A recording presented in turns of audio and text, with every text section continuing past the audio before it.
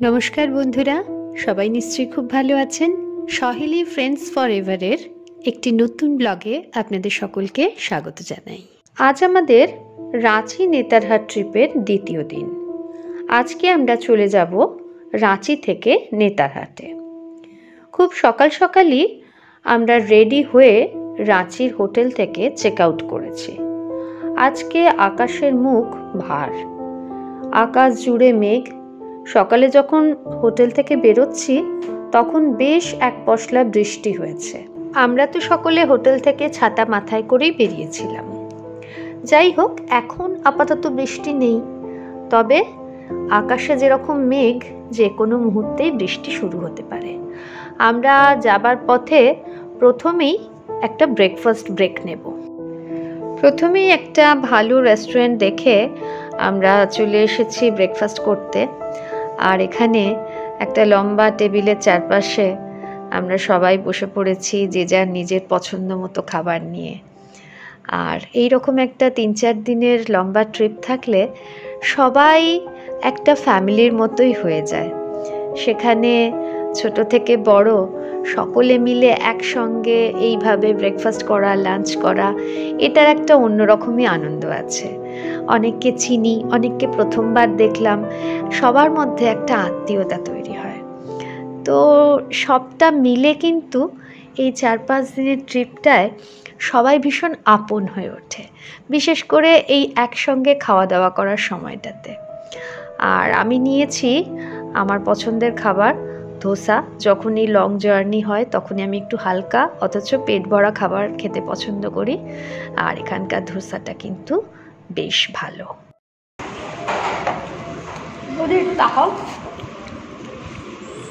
ভালো খাচ্ছি আমরা, দারুণ খাওয়া খেয়ে সব রকম, সব রাত যাচ্ছে, যাকে যেমন খাচ্ছে খুব ভালো খাবার। ছোলা বাটা খেয়েছে, কেউ আলু পরোটা, ধোসা, আমি রুটির তরকারি। ব্রেকফাস্ট শেষ করে একটা গ্রুপ ফটো তোলা হলো আর আমাদের যাত্রা আবার শুরু হলো। অ্যাকচুয়ালি এই মুহূর্তে আমরা সোজা নেতারহাট যাচ্ছি না, আমরা প্রথমে যাব দশম ফলস দেখতে।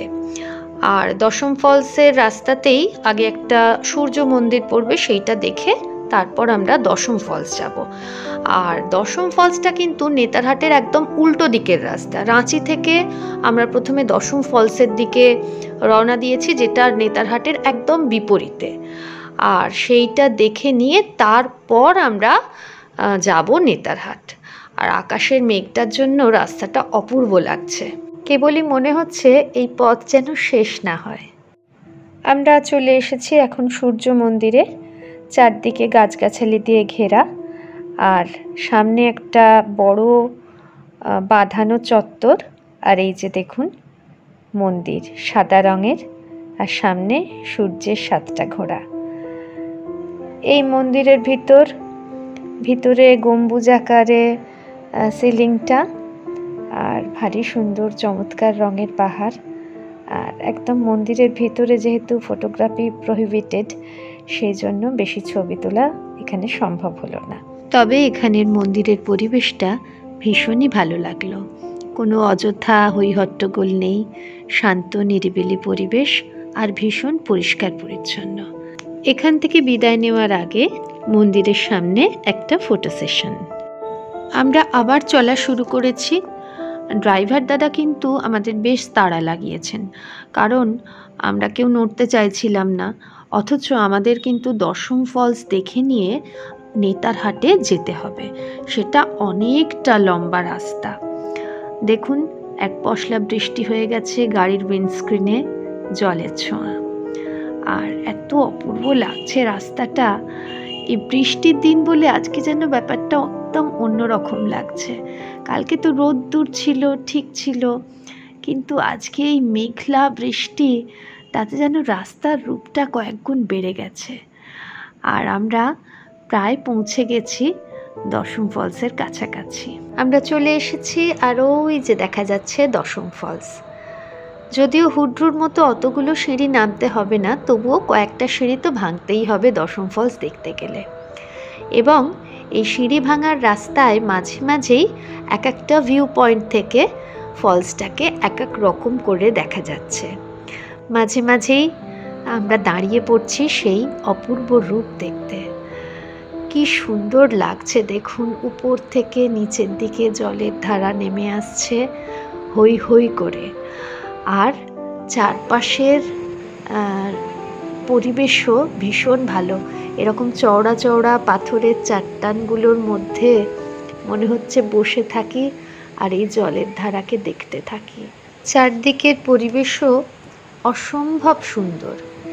এই ফলসটাকে ঘিরে চারদিকের পাহাড়ে সবুজ জঙ্গলে ভর্তি। দেখুন কি অপূর্ব লাগছে।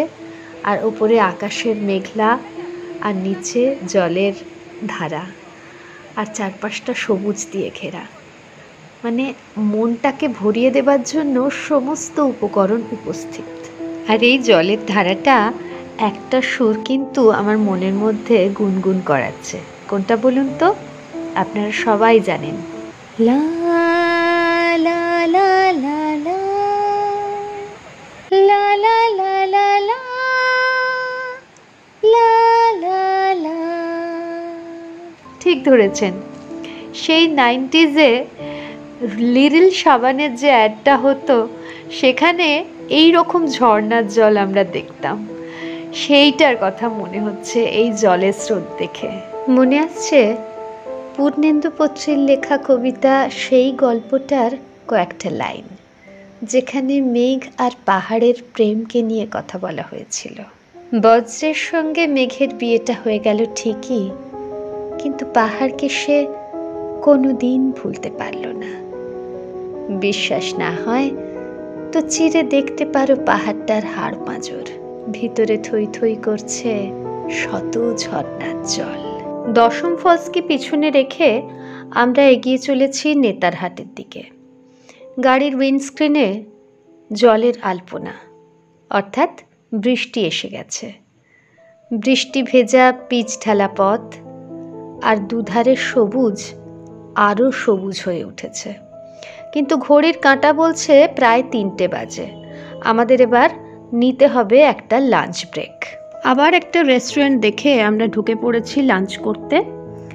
নিবেদিতা সকলের খাবারের তদারকি করে এইসবে বসলো। লাঞ্চে আছে ভাত, ডাল, আলু ভাজা, একটা মিক্সড ভেজ আর সঙ্গে ডিমের কারি। সবাই মোটামুটি খাওয়া শুরু করে দিয়েছে আর আমি অর্ডার করেছি 2টো রুটি আর ডিম তড়কা, কারণ অনেকটাই বেলা হয়ে গেছে। এত বেলায় সাধারণত আমি ভাত খাই না। আমরা চটপট খাওয়া দাওয়া সেরে রওনা দেব। রাঁচি থেকে নেতারহাট প্রায় 4.5 ঘন্টা 5 ঘন্টার রাস্তা, কিন্তু যেহেতু বৃষ্টি পড়ছে এবং সন্ধে হয়ে আসবে পৌঁছতে পৌঁছতে, কাজেই সবাই আমরা একটু চিন্তিত।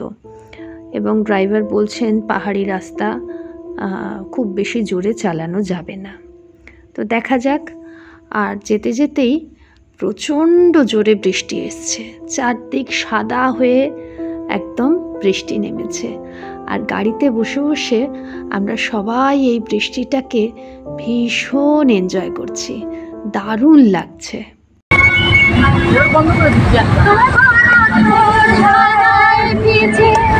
আমি নতুন হলাম নিজে, তোমার ধারায় ভিজে, আমি নতুন হলাম নিজে, মামা জানি জানি জানি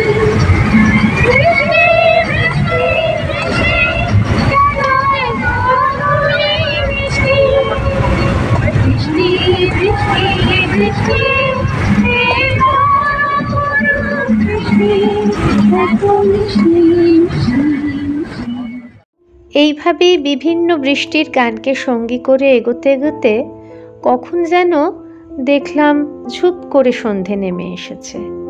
এখনো বাইরে অঝোর ধারায় বৃষ্টি। আর এরই মধ্যে খবর পেয়েছি আমাদের দক্ষিণবঙ্গে একটা ডিপ্রেশন তৈরি হয়েছে। এই নিম্নচাপের প্রভাবে এই ঝাড়খণ্ড অঞ্চলেও কিন্তু আগামী কয়েকদিন বৃষ্টি হবে। কাজেই আগামী দিনগুলোতে আমরা এই বৃষ্টিটাকেই সঙ্গী করে চলব।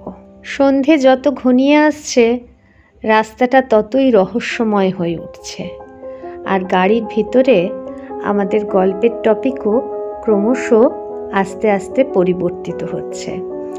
সেখানে আগে বৃষ্টির উন্মাদনা ছিল, পরে আস্তে আস্তে অ্যাডভেঞ্চার, রহস্য, ভূতের গল্প সব কিছু জায়গা করে নিচ্ছে। আর সামনের রাস্তা দিয়ে পুরোই পাহাড়ি পথ, দেখতে পাচ্ছেন গাড়িগুলো আসছে, আর খুব সাবধানে কিন্তু গাড়িটা চালাতে হচ্ছে। এরই মধ্যে পথের ক্লান্তিতে অনেকে ঘুমে ঢুলছেন, আবার অনেকে নিজেদের পছন্দ মতো কাজ করে যাচ্ছেন, আর আমি রাস্তার দিকে তাকিয়ে বসে আছি। জঙ্গলের মধ্যে দিয়ে অন্ধকারাচ্ছন্ন এই পথ যেন সামনে হাতছানি দিয়ে ডাকছে। ভীষণ ভালো লাগছে। অবশেষে আমরা এসে পৌঁছেছি নেতারহাটে আমাদের হোটেল গ্যালাক্সিতে। আর আমরা চলে এসেছি আমাদের নির্দিষ্ট রুমে।